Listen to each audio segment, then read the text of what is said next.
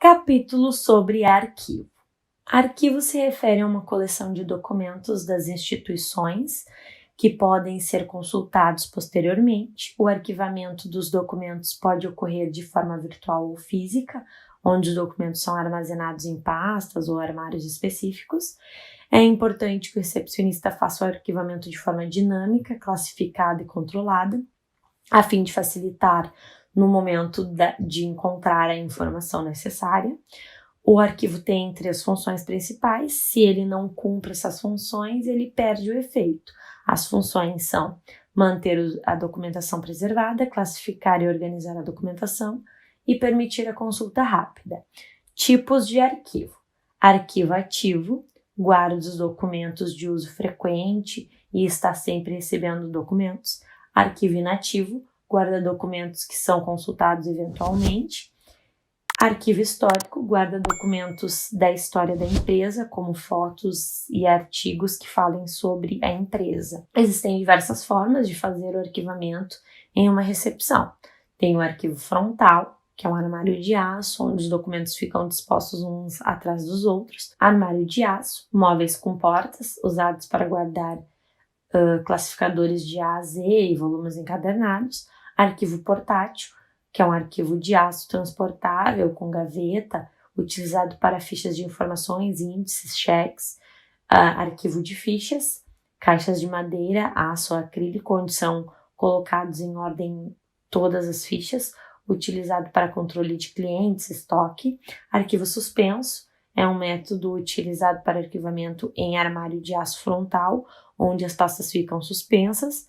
Arquivo sanfonado, a pasta possui divisões internas de cartolina e vinco na parte inferior, comportando grande número de documentos sem estragar. Passos para organização. Tenha local específico para documentos correntes e permanentes. Categorize os documentos e diferencie por cor e tags fáceis. Documentos informatizados sempre devem ser salvos em nuvem. As gavetas nunca devem ficar abarrotadas e as pastas superlotadas. Prefira sacos plásticos para separar documentos. Não deixe os documentos soltos, sempre grampeie, utilizando o lado superior esquerdo para colocar o grampo. Sempre indicar o título do documento na pasta. Quando um papel rasgar, utilizar a fita adesiva transparente para consertar.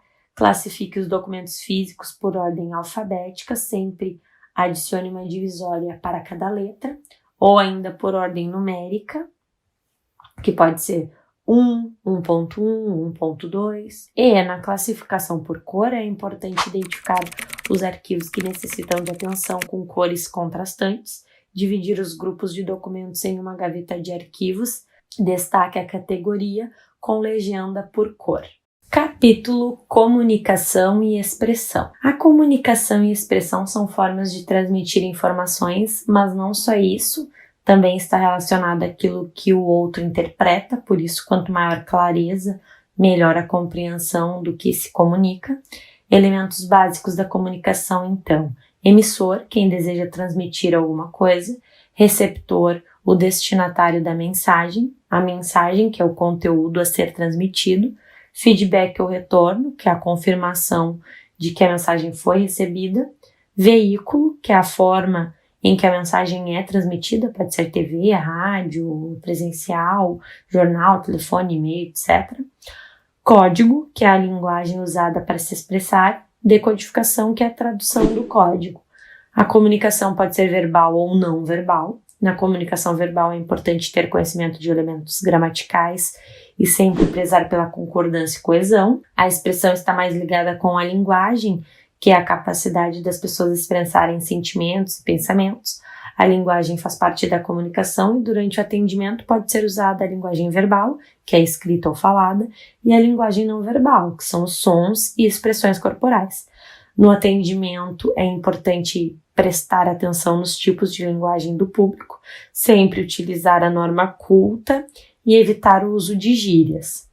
Norma culta é a forma linguística utilizada por um grupo, ela assegura a unidade da língua nacional, e as gírias são linguagens populares criadas e usadas por grupos sociais ou profissionais. Ela substitui os conceitos tradicionais e é informal. Comunicação organizacional É toda ação, estratégia, atividade e processo estabelecido pelas instituições visando reforçar a imagem ao público de interesse, que são os consumidores, colaboradores, fornecedores, políticos e acionistas. Ela é fundamental em qualquer setor da empresa para que sejam alcançados objetivos em conjunto, porque um diálogo de qualidade garante o alinhamento de objetivos e estimula o engajamento dos colaboradores. Uma boa comunicação organizacional não depende apenas dos gestores, mas de todo o grupo, e ela passa muita credibilidade a clientes e fornecedores. Segue algumas dicas, então, de como melhorar a comunicação organizacional. Seja objetivo, sempre tenha metas. Olá, peço desculpas por interromper sua aula por um breve momento, mas tenho algo importante e vantajoso para compartilhar com você. Se você está gostando desta aula, tenho uma ótima notícia. Agora você pode levar sua experiência de aprendizado para o próximo nível fazendo sua matrícula em nosso site.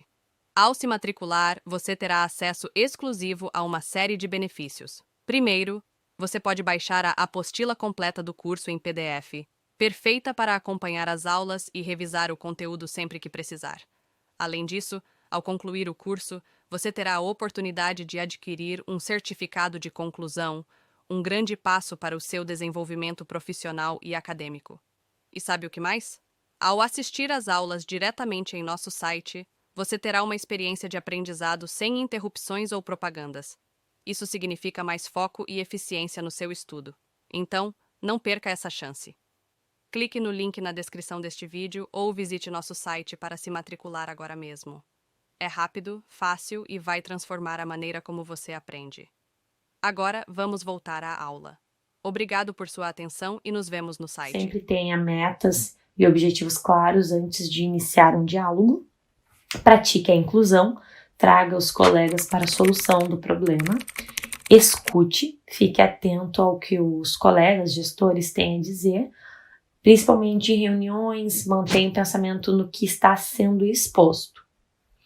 Pergunte, não fique com dúvidas, levante questionamento sempre, é melhor do que interpretar errado. Controle o tom de voz ao falar, faça uso de um tom de voz confiante, mas agradável, evite se exaltar ou ser tímido demais. Fique atento à linguagem corporal, mantenha a postura, observe a linguagem corporal de quem está falando com você, para entender se essa pessoa está aberta à sugestão ou retraída. Critique construtivamente, as críticas devem agregar, do contrário, não faça. Respeite as diferenças, entenda que as pessoas não são iguais, mas todas possuem coisas a agregar durante o trabalho. E respeite a hierarquia, são os superiores que encaminham os colaboradores aos objetivos da empresa, então não passe por cima das autoridades. Redação empresarial. A redação empresarial é um tipo de escrita que tem uma linguagem adequada ao mundo corporativo. Os textos possuem um propósito e devem conter informações relevantes, ajudando o interlocutor a saber ou fazer algo. Precisa ser uma escrita direta, clara, com português adequado e de fácil leitura. Os tipos de redação empresarial, então, são instrutiva, que serve para comunicar novos processos de trabalho, como em memorandos, artigos de instrução e manuais técnicos.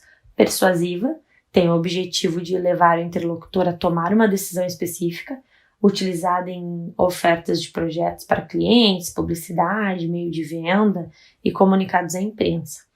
Informativa, uma escrita autoexplicativa com o objetivo de deixar o leitor a par dos fatos e acontecimentos, muito comum em comunicados internos, atas e demonstrações de resultados. Comercial, usada em comunicações diárias de negócios que visem o compartilhamento de informações ou para obter reações específicas de colegas, clientes, fornecedores. Utilizada em mensagens diretas, e-mails profissionais, cartas e faturas. Tipos de documentos das organizações. Ata, documento em que são registrados assuntos discorridos em assembleias, reuniões e convenção. Não é permitido deixar espaços durante o texto para evitar alterações futuras. Quando há erros durante a redação, o redator deve escrever digo para poder corrigir e logo em seguida fazer a devida correção. Se for identificado o erro só no final, deve ser escrito em tempo, onde se lê a palavra, leia-se a nova palavra. Após a leitura e aprovação do texto, todas as pessoas que participaram do ato devem assinar. Pontos importantes, então, para a redação da ata. não deve utilizar abreviações, números devem ser escritos por extenso, localizadores temporais como data, mês, ano também. Espaço da reunião, o local, a rua, o número, cidade, estado, país, nome e sobrenome das pessoas presentes com as suas qualificações profissionais principalmente, declarações do presidente e secretário e os assuntos que foram tratados.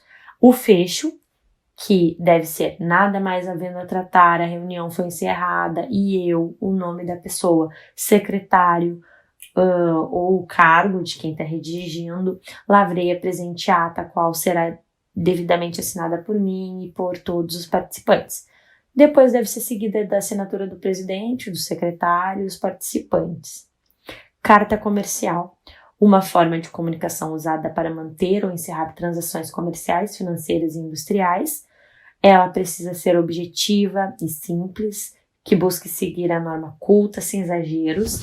O objetivo dela, então, é o envio e recebimento de produtos, cobranças, solicitações, reclamações e informações. Circular, documento dirigido a um grupo de pessoas com o objetivo de transmitir avisos, notícias e normas de instrução.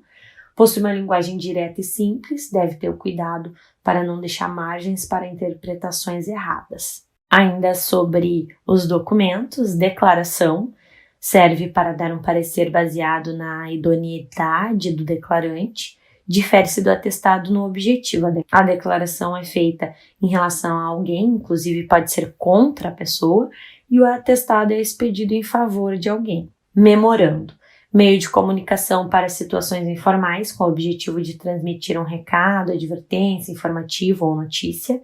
É sucinto, objetivo, tem uma linguagem clara, serve para fazer a correspondência interna entre departamentos e setores. Pode ser interno, onde o emissor e destinatário pertencem ao mesmo setor, e externo, onde o emissor e destinatário são de setores diferentes. Ofício, muito utilizado por órgãos públicos por ser uma correspondência oficial, pode ser usado também por outras organizações para servir de protocolo entre as entidades, deve ter uma linguagem formal, sem ser rebuscada e precisa seguir um padrão e numeração. Relatório, tem uma redação técnica utilizada para expor fatos ocorridos de uma administração privada ou pública, ou ainda execução de serviço, pode conter gráficos, mapas, tabelas, ilustrações para exemplificar o conteúdo.